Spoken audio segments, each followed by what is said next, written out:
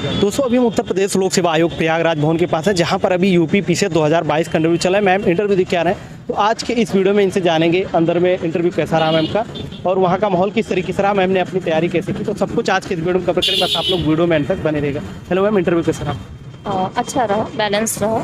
Ma'am आपका नाम और थोड़ा अपने एजुकेशनल बैकग्राउंड। मेरा नाम मधु तिवारी है, मैंने बीएससी किया है और 3 साल टीचिंग की है और 2018 में मेरा सिलेक्शन रहा है एक्साइज इंस्पेक्टर की पोस्ट पे और ये मेरा दूसरा इंटरव्यू। तो मैम कितना अटेम्प्ट आपका हुआ मैम? अटेम्प्ट तो एक 18 में था और उसके बाद 2 और फिर ये। तो मैम अभी आप इंटरव्यू दे के आ रहे हैं, तो क्वेश्चंस वगैरह किस तरीके पूछे गए उसके बारे में थोड़ा।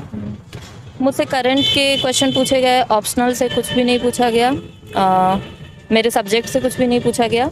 सारा इंटरव्यू इकोनॉमी पे रहा और कुछ सिचुएशनल क्वेश्चन पूछे गए। आपको ऑप्शनल सब्जेक्ट में ज्योग्राफी। तो क्या क्या चीज़ें मतलब क्वेश्चन पूछे गए उसके बारे में थोड़ा बताइए।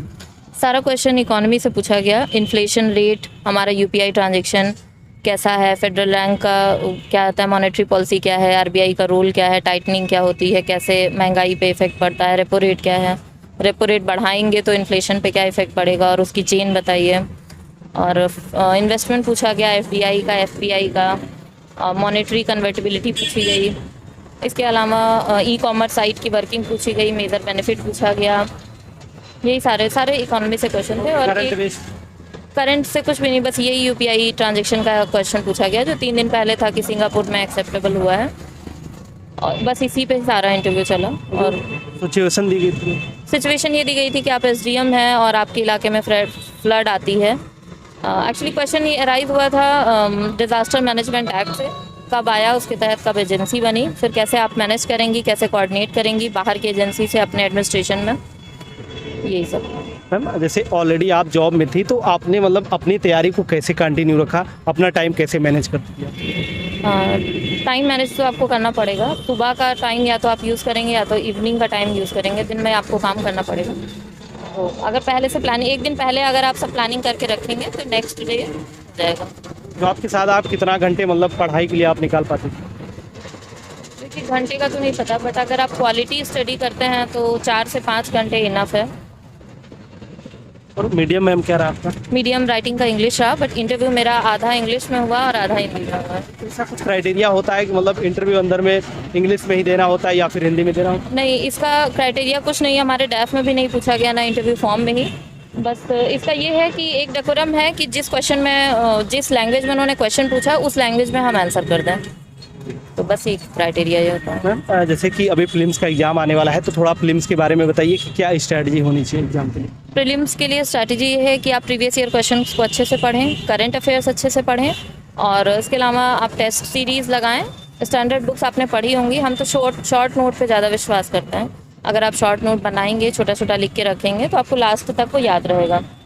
तो जो आपने स्टार्टिंग में स्टैंडर्ड बुक्स पढ़ी थी, तो कौन सी बुक्स आपने अलग अलग पेपर के लिए पढ़ी थी? जैसे अगर हिंदी में पढ़ा जाए तो परीक्षा वाणी की अच्छी किताब है, इंग्लिश में एनसीईआरटी की सबसे अच्छी किताब है और उसके अलावा आपको घटना चक्र पढ़ना पड़ेगा कई बार। उसके अलावा मैम करंट अफेयर का पोर्शन होता है, तो करंट अफेयर आपने कहाँ से पढ़ा? करंट अफेयर्स मैंने कुछ वेबसाइट से पढ़े थे जो वन लाइनर आते हैं, यूट्यूब पे कई सारे चैनल हैं जो डालते हैं।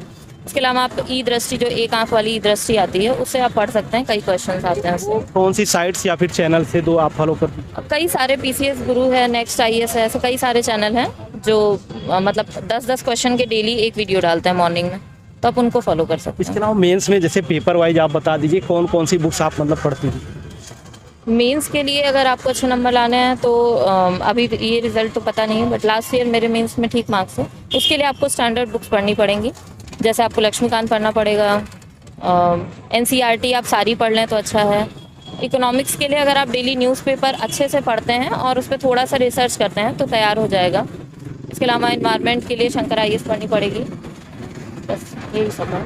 जैसे मैम आप एनसीईआरटी की बात कर रही हैं, तो एनसीईआरटी कौन सी क्लास की पढ़नी चाहिए, मतलब किस क्लास से और कौन कौन सी पढ़नी? मतलब इसमें कोई दो राय नहीं है। अगर आपको लगता है कि आपके, क्योंकि खुद का इवैल्यूएशन होता है, अगर आपको लगता है कि आपके बेसिक स्ट्रॉन्ग हैं तो 11th-12th की पढ़िए, और अगर आपको लगता है कि बेसिक्स स्ट्रॉन्ग नहीं है तो फिर आप 9th से 12th तक पढ़ लीजिए।